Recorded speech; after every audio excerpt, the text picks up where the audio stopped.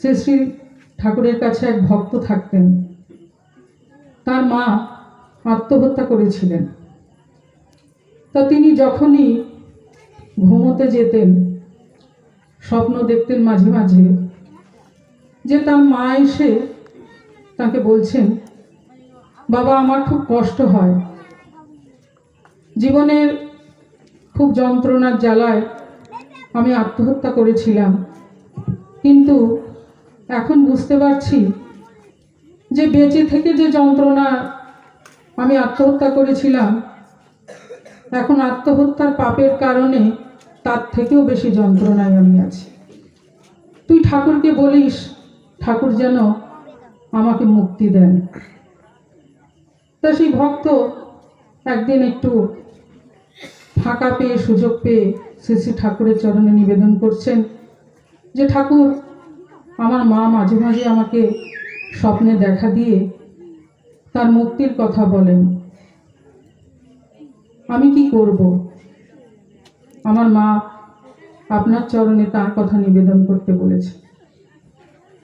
শ্রী শ্রী ঠাকুর তখন বললেন যে মানুষ যদি জানতো যে আত্মহত্যা করলে কতটা কষ্ট, কতটা যন্ত্রণা, তাহলে মানুষ আত্মহত্যা করতো না।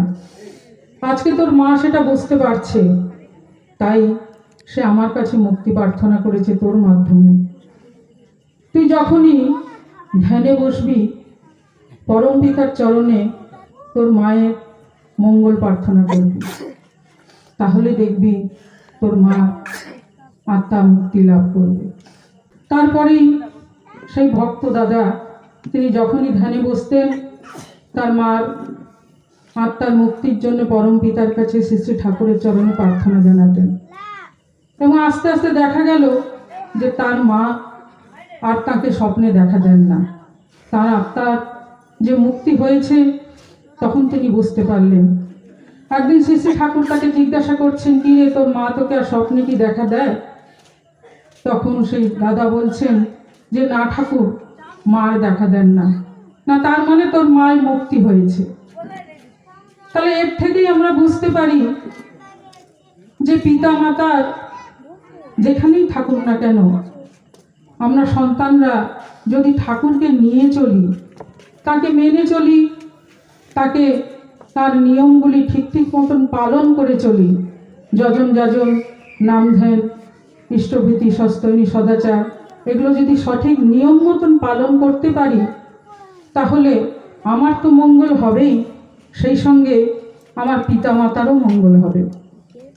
একটি ছেলে সদ্য পিতৃবিয়োগ হয়েছে, শ্রী শ্রী দাদার কাছে গিয়ে খুব কান্নাকাটি করছে যে দাদা, আমার বাবার জন্য খুব কষ্ট হয়, বাবা চলে গেলেন, তার যাওয়ার বয়স হয়নি, কিন্তু বাবার জন্য আমার ভীষণ কষ্ট হয়।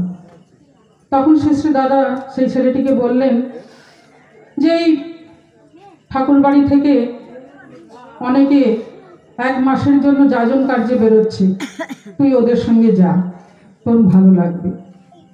তো ছেলেটি তখন খুব আনন্দ হলো কথাটা শুনে, কারণ আমরা যত যাই করি না কেন ঠাকুরের কাজ করার মধ্যে যে আনন্দ, সে আনন্দ অন্য কোনো বিষয়ে আমরা পাই না।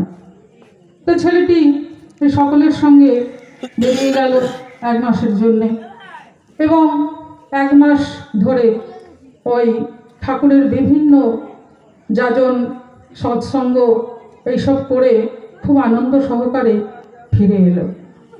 ফিরে এসে শ্রী শ্রী দাদাকে প্রণাম করে বলছে, দাদা আমি 1 মাস খুব আনন্দে ছিলাম, খুব ভালো ছিলাম, কিন্তু একটা কথা মনে পড়লে খুব কষ্ট হয় যে আমি এতদিন এত আনন্দে ছিলাম, আমার বাবা যদি জানতেন, বাবার খুব ভালো লাগতো।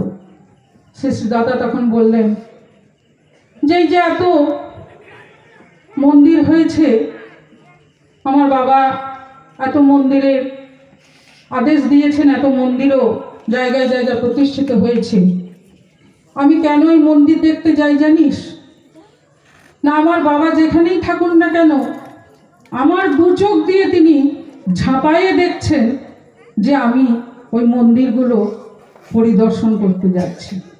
তাই বলি তুই যে এই 1 মাস ধরে এত আনন্দ করে এলি শ্রী শ্রী ঠাকুরকে কেন্দ্র করে, তার যাজন কার্যে ব্যস্ত ছিলি, তোর বাবাও তোর 2 চোখ দিয়ে ঝাঁপাইয়ে দেখেছেন তুই কত আনন্দে ছিলি। তা আমরা সন্তানেরা যদি আমার বাবা মাকে ভালোবাসি, নিজেকে ভালোবাসি, আমার উত্তরসূরিদের ভালোবাসি, তাহলে আমরা শ্রী শ্রী ঠাকুরের পথে চলব, তার নিয়ম মেনে চলব। কারণ আমাদের মধ্যে দিয়েই দাদা বলছিলেন একটু আগে যে আমার পরিবারের মধ্যে যদি না তাকে আমি প্রতিষ্ঠা করতে পারি, তাহলে আমি তাকে ফাঁকি দিলাম। সেই ফাঁকিতে যেন না আমাদের পড়তে হয়, আমরা যেন প্রত্যেকে তাকে প্রতিষ্ঠা করতে পারি। কারণ তাকে প্রতিষ্ঠা করার জন্যেই আমাদের তাকে ধরা।